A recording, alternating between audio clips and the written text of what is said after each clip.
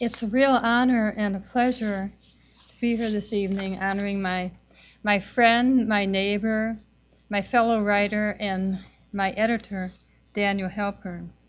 And when Richard Ford was speaking a few minutes ago, I realized that I've never seen Dan Halpern naked either. And in Princeton, most people will say that I've never seen him naked, but I have seen his knees. I've seen Dan's knees. They're not what you expect. They're dimpled.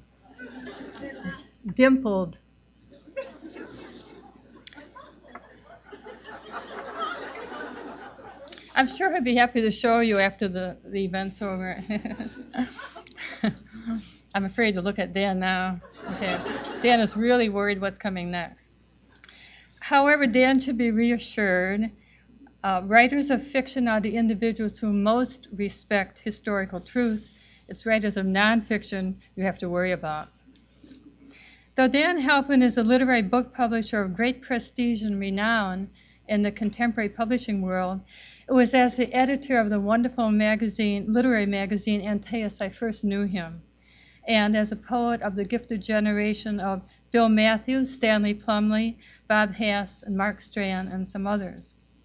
Recently, I was given a copy of Antaeus Spring-Summer 1974, a collector's item containing a treasure trove of the most astonishing writers and poets assembled by the then quite young editor, among them Christopher Isherwood, Yukio Mishima, John Hawkes, Norman Mailer, Antaeus Nin, Alberto Moravia, and of course Paul Bowles, who was a close personal friend of Dan's and listed on the masthead as, quote, a consulting editor.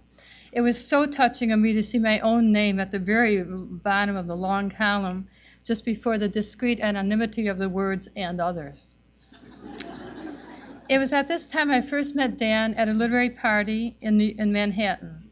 At this time I lived in the province of Ontario, Canada, in the city of Windsor, where with my husband, Raymond Smith, I taught in the English department at the University of Windsor.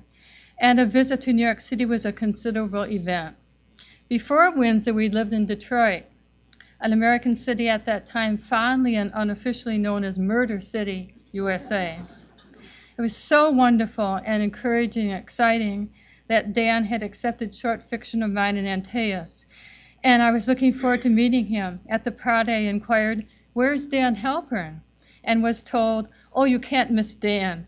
He's the tallest person in the room with the hair." This turned out to be so, then as now. In this way began my friendship with Daniel Halpern and with Jeannie Wilmot, at first a mostly literary acquaintanceship. Then, after Ray and I moved to Princeton in 1978, a closer friendship. Dan began to publish occasional books of mine, a collection of miniature stories, a novella or two, a small book on George Bellows, and a little book titled The Essentially Emily Dickinson, which was such a pleasure to edit.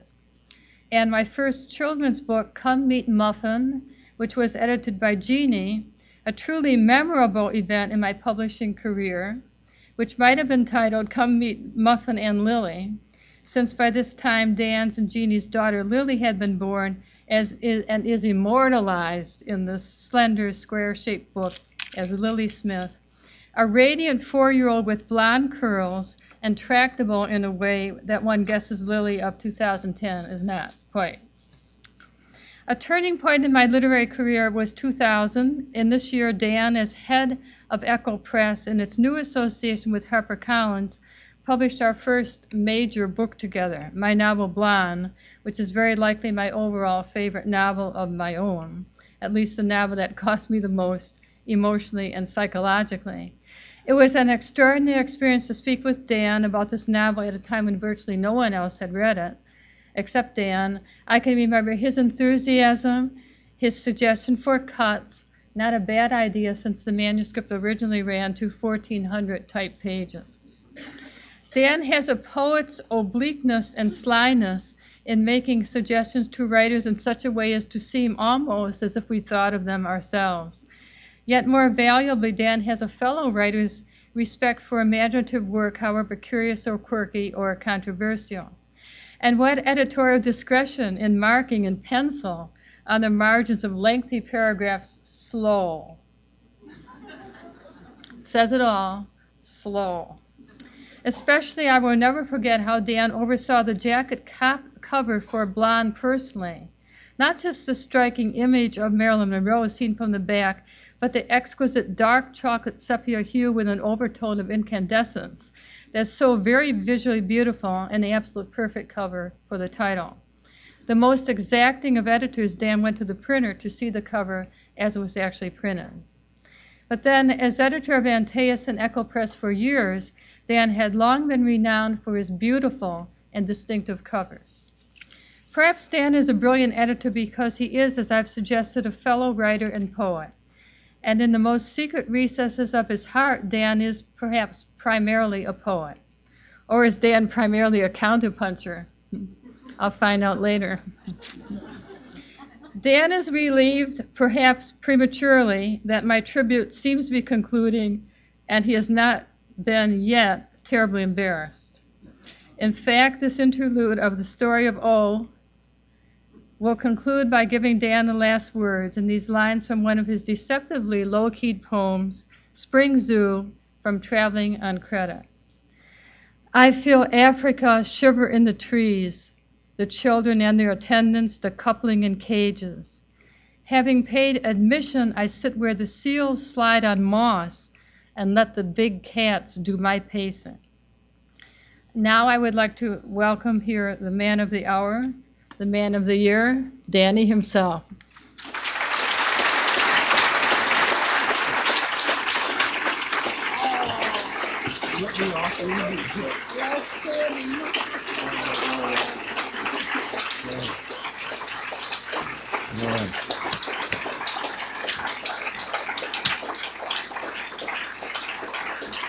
Thank you, guys.